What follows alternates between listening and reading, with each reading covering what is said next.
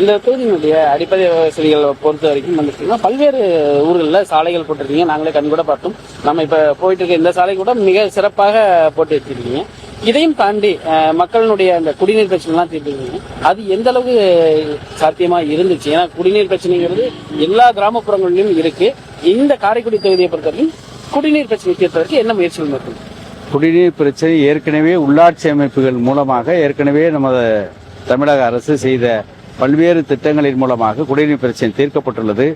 இருப்பினும் இப்போ காவிரி கூட்டு குடிநீர் திட்டம் எங்களது சிவகங்கை மாவட்டத்தில் ஏறக்குறைய ஒரு 1400 கோடி ரூபாய் மதிப்பீட்டில் நடைபெற்றது. அது நமது காரைக்குடி தொகுதிக்கு மட்டுமே ஏறக்குறைய 500 கோடி ரூபாய்க்கு மேல அந்த காவிரி கூட்டு குடிநீர் திட்ட பணி நிறைவடைந்து அதை இப்போ கிராமங்கள் தோறும் அந்த குடி தண்ணீர் கொடுப்பதற்கான பணிகள் நடைபெற்றுக் கொண்டிருக்கின்றது.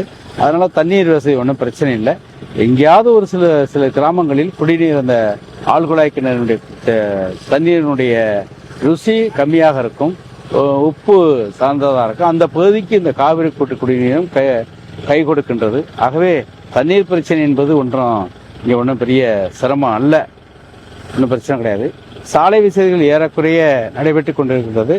சாலைகள் பழுதாக புதுப்பித்து கொள்ளக்கூடிய வாய்ப்புகள் இருக்கின்றது. இன்னும் நிறைய சாலைகளை நான் ஊரக வளர்ச்சித்துறை அமைச்சரிடமும் நெடுஞ்சாலைத்துறை அமைச்சரிடமும் பல்வேறு கோரிக்கைகள் பல முறை அவர்களிடம் முறையிட்டு நிறைய சாலைகள் நமக்கு எனது பகுதியில் நிறைய சாலைகளை எனக்காக வழங்கியிருக்கிறார்கள். அந்த சாலைகள் எல்லாம் நிறைவடைந்திருக்கின்றது.